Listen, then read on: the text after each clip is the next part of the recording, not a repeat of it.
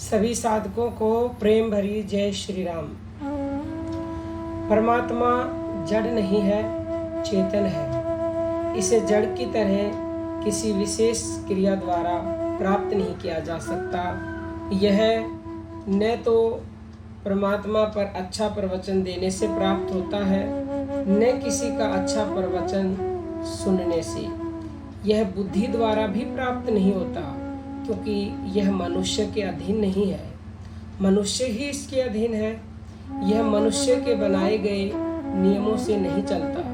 मनुष्य ही इसके नियमों के अनुसार चलता है। यदि यह नहीं चाहे तो मनुष्य सैकड़ों जन्मों तक यज्ञ, हवन, तप, ध्यान, समाधि, हठ योग, उपासना आदि सभी धर्म करने पर भी प्राप्त नहीं होता।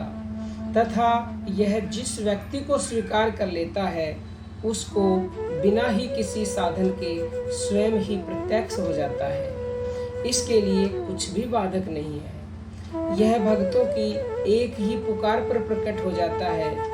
वह तपस्वियों तथा योगियों के पूरे जन्म साधना करने पर भी प्रकट नहीं होता है।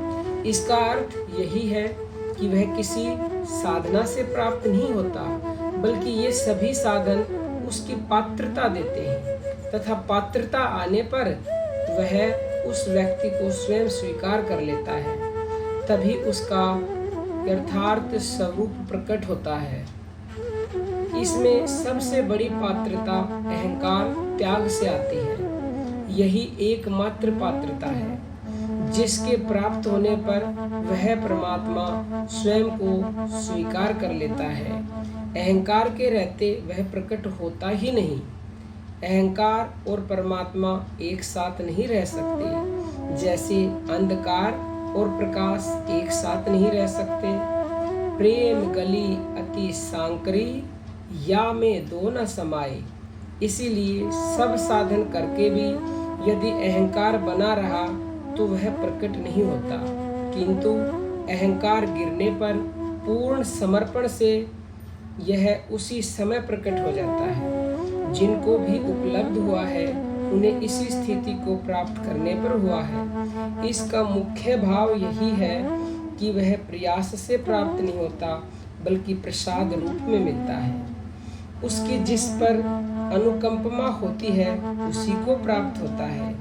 जो यह दावा करता है कि मैंने इतना तप किया, इतने उपवास किए, नग्न रहा, जटा बढ़ाई, तिलक छापे लगाए, नित्य मंदिर में पूजा की, गायत्री का अनुष्ठान किया, मुझे तो प्राप्त हो ही जाना चाहिए। किंतु हमारे संत कहते हैं कि वह इन कर्मों से बंधा नहीं है कि प्रकट हो जाए। उसका प्रकट होना या न होना उसकी मर्जी पर है। यदि उसने साधक को स्वीकार कर लिया तो प्रकट होता है, अन्यथा नहीं। परमात्मा सुनने तथा बुद्धि आदि साधनों से प्राप्त नहीं होता, बल्कि उसकी जिस पर कृपा होती है उसी के सामने प्रकट होता है।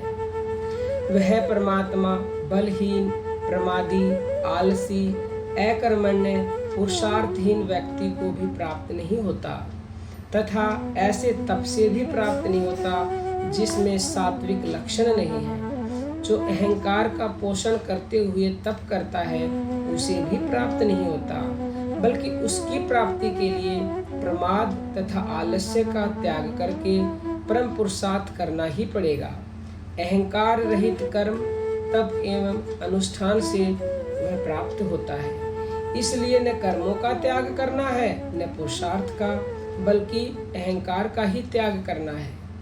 समाधि में चित्त की शून्य अवस्था में भी उसकी कृपा की प्रतीक्षा करनी पड़ेगी, जिससे वह प्रसाद रूप में ही प्रकट होता है। इसका भाव यही है कि प्रियतन पूर्वक साधना एवं अहंकार त्याग से ही उसके लिए सही स्थान बनता है, जिससे उसके प्रकट होने के लिए अनुकूल परिस्थितियां बनती हैं। किंतु उसका प्रकट होना फिर भी उसकी मर्जी पर है। जैसे घर में किसी बड़े मेहमान के आगमन के लिए उसकी पूरी तैयारियां की जाती हैं, उसके बैठने आदि का स्थान नियत किया जाता है, किंतु मेहमान का आना उसकी मर्जी पर निर्भर है। ऐसा ही चित्त शुद्धि द्वारा केवल परमात्मा के लिए स्थान बनाया जाता है। यही पुरुषार्थ है, किंतु उसका आना फिर भी उसकी मर्जी पर निर्भर है।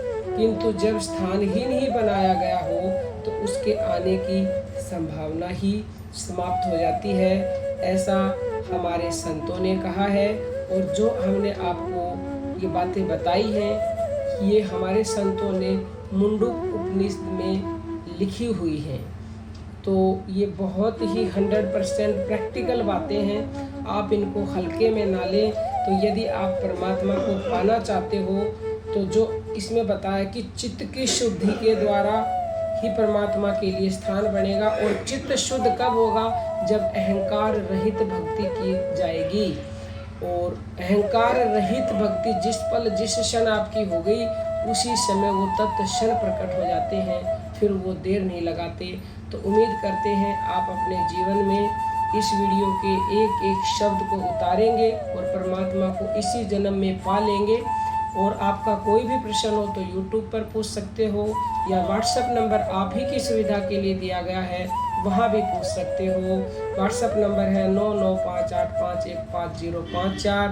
ऑनलाइन गुरु दीक्षा लेना चाहते हो तो भी आप 9958815054 पर WhatsApp मैसेज करें, क्योंकि बिना गुरु के आप परमात्मा को पा नहीं सकते। क्योंकि परमात्मा को ग्रंथों के पठन से नहीं पाया जा सकता, कहने सुनने से भी नहीं पाया जा सकता, जो कि आज की वीडियो में हमने बताया ही है। केवल और केवल सच्चा प्रैक्टिकल गुरु ही आपको वहां तक पहुंचा सकता है।